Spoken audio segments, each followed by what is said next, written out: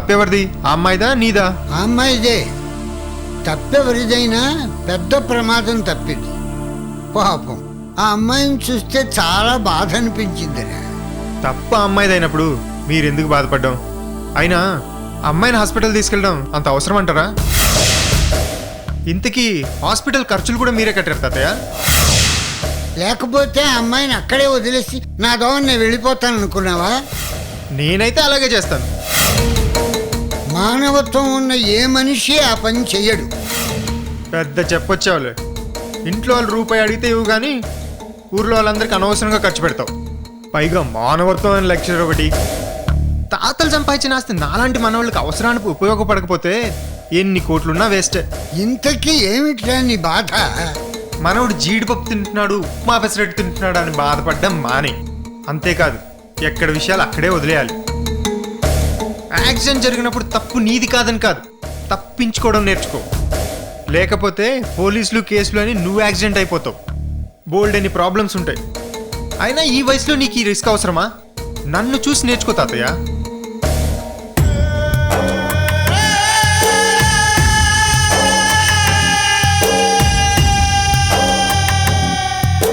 నిన్ను చూసి నేర్చుకోవాలా? ఏం నేర్చుకోవాలో చెప్పు. ఫర్ ఎగ్జాంపుల్, రేణుకుని కిడ్నాప్ చేసి పెళ్లి చేసుకోవాలనుకున్నాను. ప్లాన్ వేశాను, ఫెయిల్ అయింది. బట్ నా ప్లాన్కి అమృత బలైంది. ఆ పాపం నా మెడకి ఎక్కడ చుట్టుకుంటుందేమోనని చాలా భయపడ్డాను. నువ్వే చెప్పావుగా, ఇలాంటి దౌర్భాగ్య పనులు చేసేటప్పుడు చాలా జాగ్రత్తగా ఉండాలని జాగ్రత్త పడ్డాను. ఆ ప్రాబ్లమ్ని తెలివిగా సాగర్కి ట్రాన్స్ఫర్ చేసేసాను. నా మీద డౌట్ రాకుండా మేనేజ్ చేసేసాను. Now I'm safe. అది నా టాలెంట్. రే మనోడా, నువ్వు చేసిన తప్పుకి సాగరు అమృత శిక్ష అనుభవిస్తున్నారు. నువ్వు ఇవాళ తప్పించుకుని సంతోషంగా ఉండటానికి కారణం నీ స్నేహితుడు సాగర్ రా. ఫ్రెండ్షిప్ కోసం నీకు హెల్ప్ చేద్దామని వస్తే సాగర్ని నువ్వు ప్రాబ్లమ్స్లో ఇరికించావు. ఆ కుర్రవాడు మంచివాడు, మానవత్వం గలవాడు కనుక ఆ అమ్మాయిని వెతుక్కుంటూ ఊరికెళ్ళాడు. ఆ అమ్మాయి ఎలా ఉందో, నీ ఫ్రెండ్ ఎలాంటి పరిస్థితుల్లో ఉన్నాడో తెలుసుకోకుండా ఇక్కడ జీడిపప్పు తింటూ ఎంజాయ్ చేస్తున్నావా?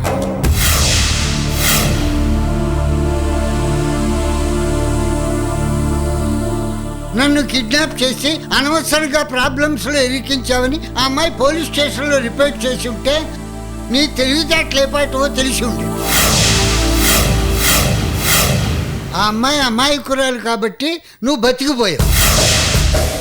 నువ్వు చేసిన తప్పు నీ మీద పడకుండా తెలివిగా సాగర్ మీద తోసేసావు. కానీ నిజం ఏదో ఒక రోజున బయటపడి తీరుతుంది. చేసిన తప్పుకి శిక్ష అనుభవించి తీరుతావు. అసలు స్నేహితుడిని ఎక్స్ప్లాయిట్ చేయటమే తెలివితేటలా? అబ్బబ్బా, అనవసరంగా నేను కదిలించాను చూడు, నాది తప్పు. లేకపోతే నేను నిన్ను చూసి నేర్చుకోవాలా? యూజ్లెస్ ఫెలో, నిన్ను చూసి నేనేమిట్రా నేర్చుకోవడం? ఓకే ఓకే, నేనే యూజ్లెస్ ఫెలోని. ఇట్స్ ఓకే తాతయ్య, మీరు చాలా మంచివారు. మీరు మాత్రం యాక్సిడెంట్ అయిన అమ్మాయి గురించి ఆలోచించండి. ట్రీట్మెంట్కి ఎంత ఖర్చైనా భరించండి. యాక్సిడెంట్ అయిన అమ్మాయి ఎలా ఉందో రోజు హాస్పిటల్కి వెళ్ళి చూడండి.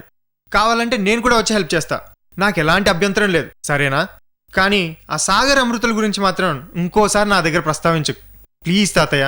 జాగ్రత్త, నాతో పెట్టుకో.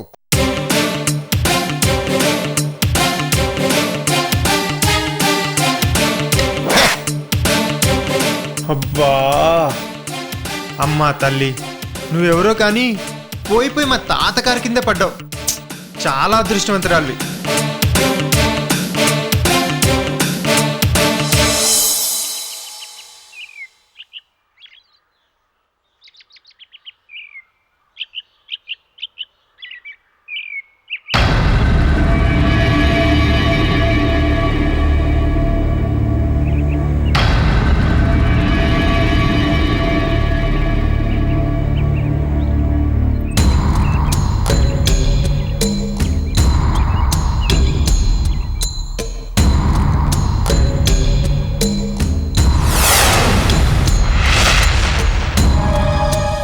ఇప్పుడు ఎలా?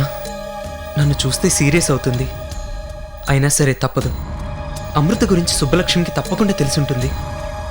నన్ను ఎంత తిట్టుకున్నా పర్వాలేదు, ఎలాగైనా అమృత ఆచూకీ తెలుసుకోవాలి.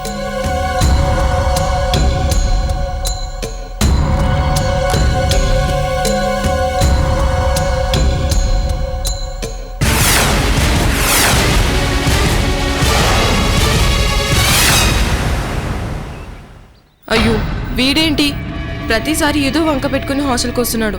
వార్నింగ్ ఇచ్చినా వదలటం లేదు. ఇప్పుడు ఏం చేయాలి? ఏమండి సుబ్బలక్ష్మి గారు? వచ్చేసావా? గేట్ తీసుకుని లోపలికి వచ్చేసావా? అయ్యో వార్డెన్ చూసి చంపేస్తుంది. వెళ్ళు, బయటకెళ్ళు. వెళ్తానండి, కానీ ఒక్క విషయం, అమృత ఇక్కడికి వచ్చి ఏమైనా కలిసిందా మిమ్మల్ని? నీకు చెప్తే అర్థం కాదా? ఏ మనిషివయ్యా నువ్వు? హాస్టల్కి రావద్దని నీకు ఎన్నిసార్లు చెప్పాను? అయినా సరాసరి గేట్ తీసుకుని లోపలికి వచ్చేయడమేనా? మీరు అమృత బెస్ట్ ఫ్రెండ్ కదండి, తన గురించి మీకే తెలుస్తుంది, అందుకే వచ్చాను. అమృత గురించి నన్ను అడుగుతారేంటండి? అమృతతో లేచిపోయింది మీరు, పెళ్లి చేసుకుంది మీరు. ఏంటి తమాషా చేస్తున్నారా? ఒకసారి అమృత ఇంటి అడ్రస్, ఫోన్ నెంబర్ అడిగారు. ఇప్పుడు వచ్చి అమృత వచ్చిందా, మాట్లాడిందా అని వివరాలు అడుగుతున్నారు. మీరు ఒకసారి, అమృత ఒకసారి, ఇద్దరు ఒకసారి, విడివిడిగా ఒకసారి. నాకంతా కన్ఫ్యూజన్గా ఉంది. నన్ను హాస్టల్లో చదువుకొనిసారా లేదా? అది కాదండి. ఏది కాదు? మొన్న అమృత కూడా ఇలానే వచ్చి విసిగించింది. ఇప్పుడు మీరు వచ్చారు అంటే అమృత ఇక్కడికి వచ్చిందా? ఎందుకు రాదు? వచ్చింది. ఇంకెప్పుడు నా దగ్గరికి రావద్దని తిట్టి పంపించాను. దయచేసి మీరు కూడా రాకండి, అర్థమైందా? వెళ్ళిపోండి. ఎక్కడికి వెళ్ళిందో ఏంటో చెప్పిందా అండి? నాకు తెలీదు.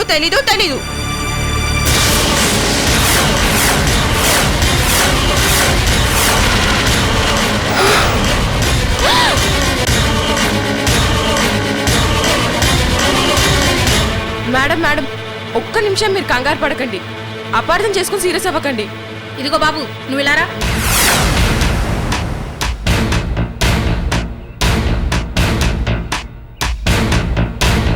ఇతను నా గురించి రాలేదు మేడం, అమృత గురించి అడగడానికి వచ్చాడు.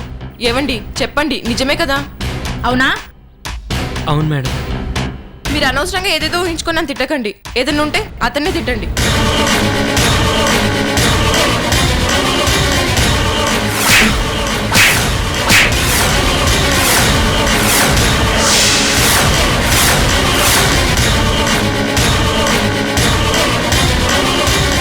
నీకెంత ధైర్యం ఉంటే పట్టపగలు గేట్ తీసుకుని లేడీస్ హాస్టల్లోకి వస్తావా?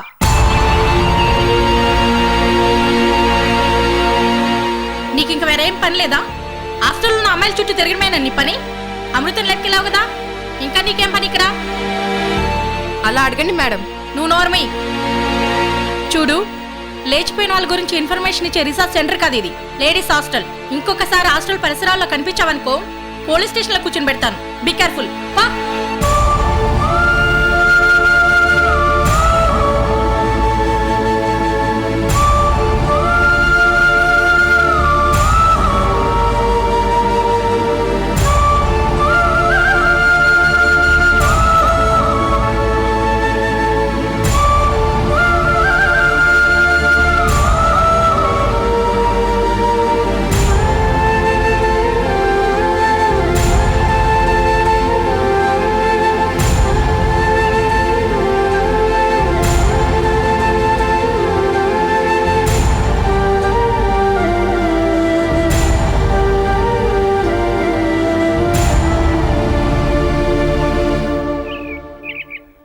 మేడం ఇక నేను వెళ్ళి చదువుకుంటాను మేడం.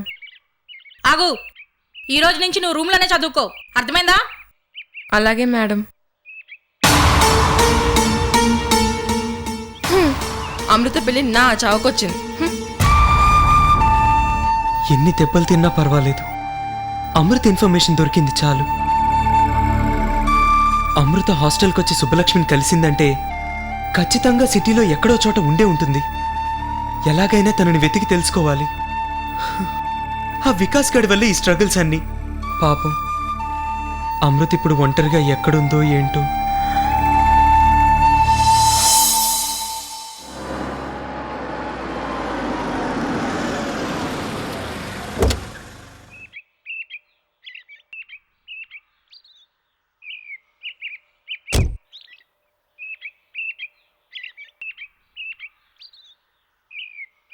నువ్వు కూడా రారా వికాస్, అమ్మాయిని చూసినట్టు ఉంటుంది కదా. మీరు వెళ్ళరండి తాతయ్య, హాస్పిటల్ అంటే నాకు అదోలా ఉంటుంది.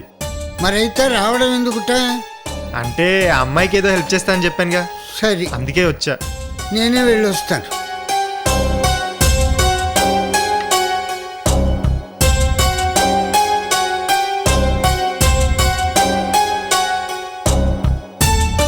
తాతయ్య ఏమిట్రా? ఆగండి, ఇక్కడ దాకా వచ్చి అమ్మాయిని చూడలేదని విసిగిస్తారు. పదండి, నేను వస్తాను. సరే పద వెళదాం.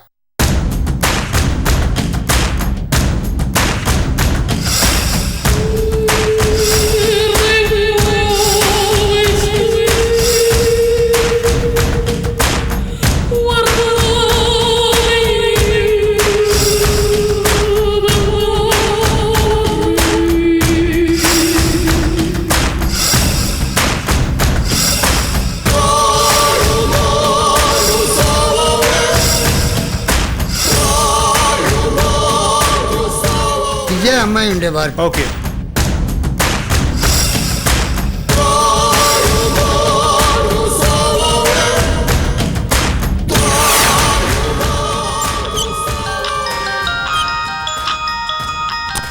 తాతయ్య, ఇంపార్టెంట్ కాల్ వచ్చింది, నువ్వు వెళ్ళు, నేను వస్తాను. హలో. ఏమ్మా ఎలా ఉన్నావు? మిమ్మల్ని హాస్పిటల్లో జాయిన్ చేసింది ఈయనే. ట్రీట్మెంట్కి డబ్బు కూడా కట్టారు. ఏమ్మా ఇప్పుడు ఎలా ఉంది? బాగానే ఉంది తాతయ్య. చూస్తుంటే బాగా చదువుకున్న పిల్లలా ఉన్నావు. ఎంతో భవిష్యత్తు ఉంది. ఏమైనా ఆ దేవుడి దైవన్న పెద్ద ప్రమాదం తప్పిందనుకో, అంత కంగారుగా రోడ్డు మీద ఆ పరుగేమిటమ్మా?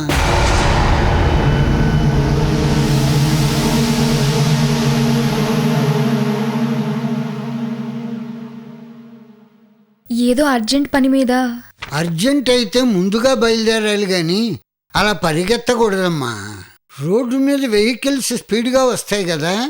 ప్రతి యాక్సిడెంట్కి రెండు వైపులా తప్పు ఉంటుంది. నీకేమన్నా జరిగితే మీ అమ్మ నాన్న ఎంత బాధపడతారు చెప్పు.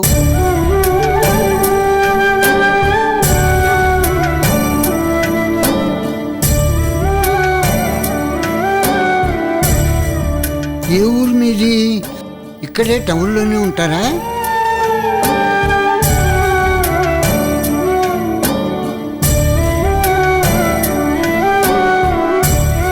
మీ అమ్మా నాన్న ఎవరు? ఎక్కడుంటారో చెప్పమ్మా, నేను వాళ్ళకి ఫోన్ చేసి పిలిపిస్తాను.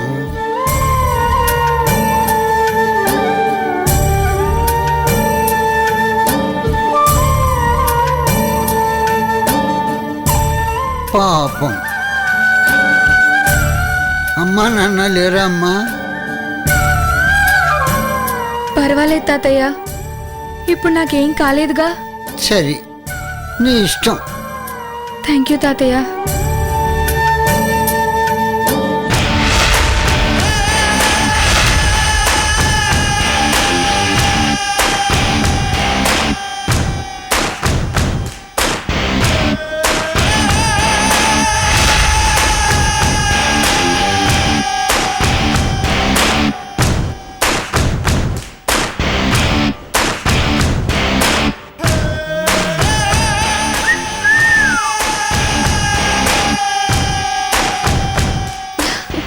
హే, ఏంటి మాట్లాడావు?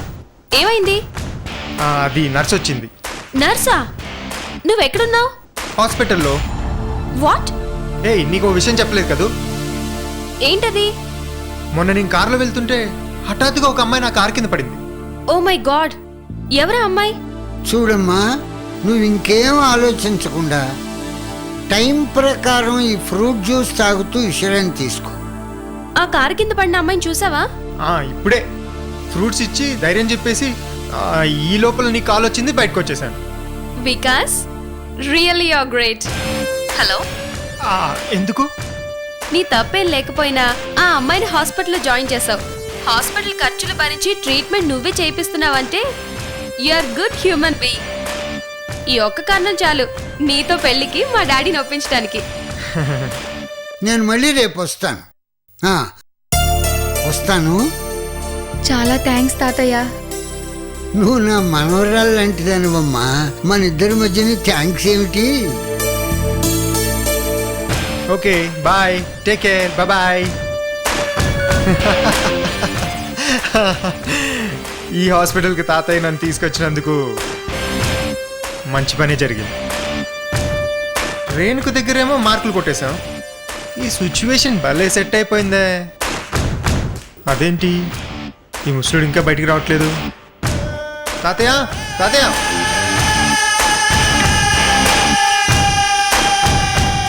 ఏంటి తాతయ్య, అమ్మాయికి ఎలా ఉంది?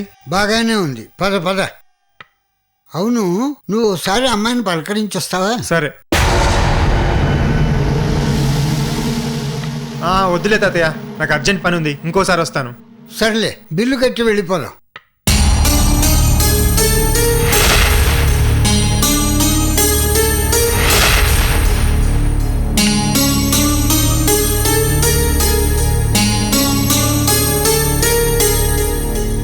అరే మనవడా, ఆ అమ్మాయి పేరు అడగడం మర్చిపోయానురా. బిల్లో పేషెంట్ పేరు ఉంటాడు చూడండి తాతయ్య.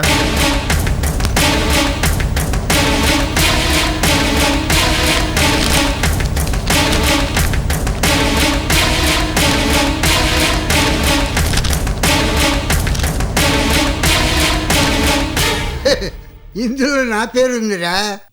రేపు ఎలాగో వస్తాం కదా తాతయ్య, అప్పుడు కనుక్కుందాంలే. ముందు మీరు కారుగా కూర్చోండి.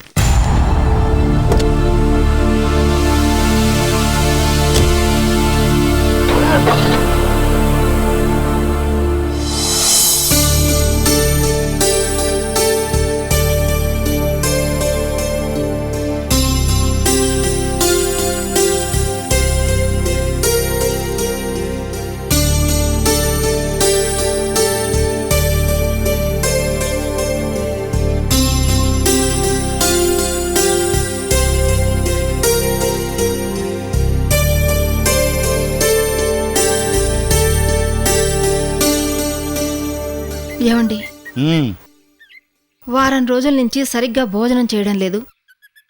ఈరోజు ఉదయం నుంచి అస్సలు ఎంగిలి పడలేదు. కనీసం ఈ అరిసెలైనా తినండి.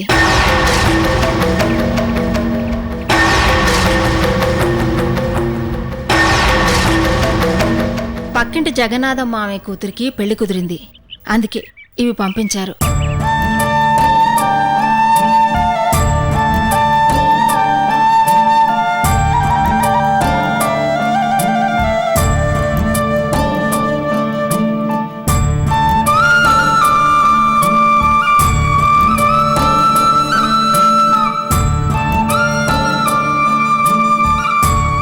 ఏమండి, ఏమైందండి?